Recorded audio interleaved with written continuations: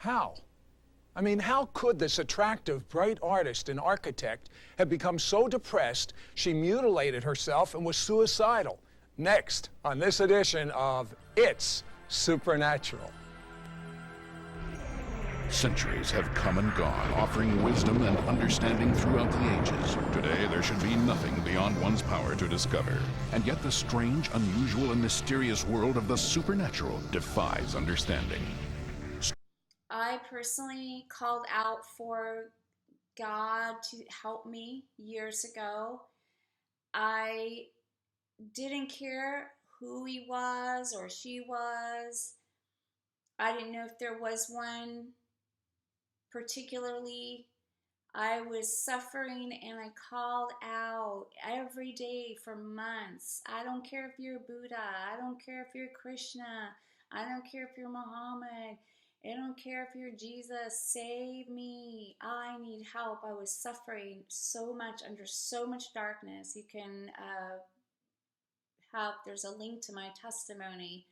I had eating disorders, depression, severe nightmares, self-mutilation, and no peace. And one night, I called on Jesus, and a supernatural breath came in the window and sucked demonic creatures off of my body. And I didn't even believe there was a Satan at that time. I became a believer, and my heart was filled with joy, and I was filled with peace.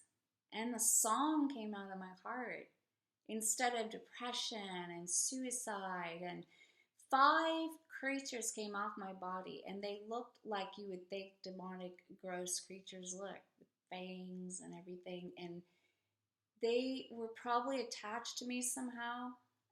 But pretty much just be isolated, cut my own body, just to be so depressed that But why were you so depressed? What were the roots of that? Well, I believe for me it stemmed from some abuse in my childhood, and just not knowing there was a dark side, like a dark force.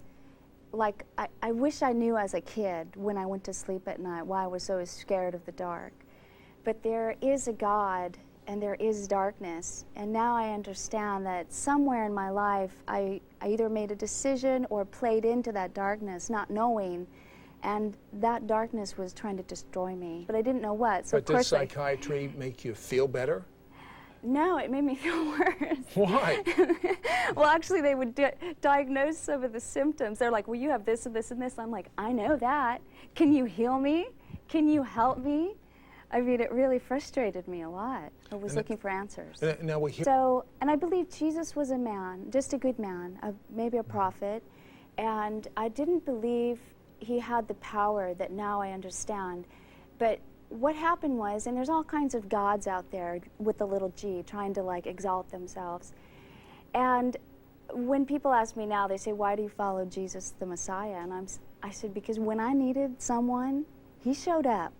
And not only did he show up, he completely delivered me of every single ailment that I had. And I was wandering around just saying, who are you, God? I'm desperate. I need your help. I mean, I couldn't function. I couldn't cope. I was living alone. I had no one to support me.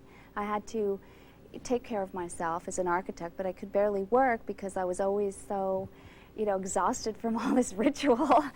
And so I imagine it zaps your strength. Yeah, completely. And there were really dark times. Like, that's why the book is called No More Black Days, because I literally black out. And I would go days without remembering what I did.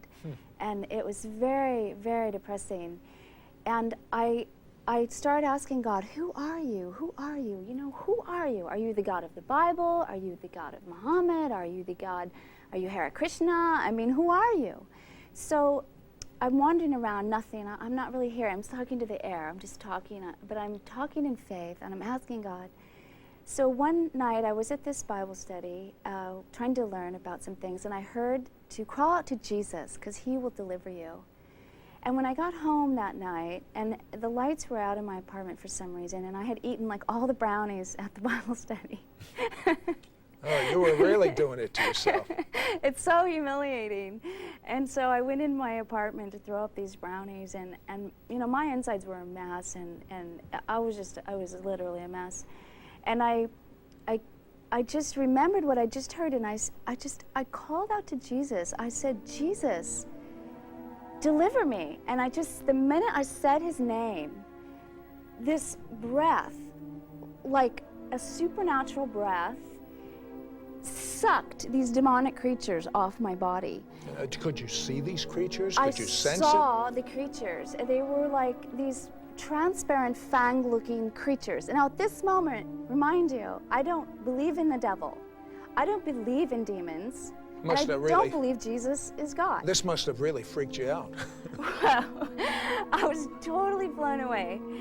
And the breath was so huge and so supernatural, like I said, it just sucked the creatures off my body, and I saw them go off, and I was completely undone, and I was completely stunned, and I didn't know even what to do at that point. I just stayed there in the bathroom, and I felt all this oppression and depression just lift off my body. I mean, completely. How did it feel to have that cloud off after all these years? It was like truth, like reality, like the truth that set me free. Like his name is truth. And I realized in a moment that all that I had been through was actually demons and darkness and the devil, Satan, wanting to destroy my life and telling me to destroy my life.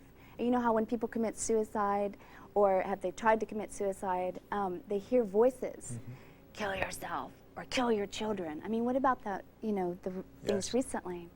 So there really are demonic forces, and there really are evil. There really is evil. But if there's evil, we need to find out what is the one thing we can do to get rid of it. Well, we're going to find this out. But describe this. It was like you could feel a wind come on you? It was more like a breath from outside of myself, sucking the creatures off my body. It was so huge and so powerful and so omnipotent, and it was absolutely blew my mind. And I realized in the name of Jesus, he has the name above every name, and that in his name, all darkness must flee. And his name and he alone is available to each and every person alone. I mean, here I was just surrounded by all this self-help. And here we are with all these different religions and doctrines. But when it comes to really needing someone to be there when you need them, you need God. And you need the real God to stand up. And at that moment, he did.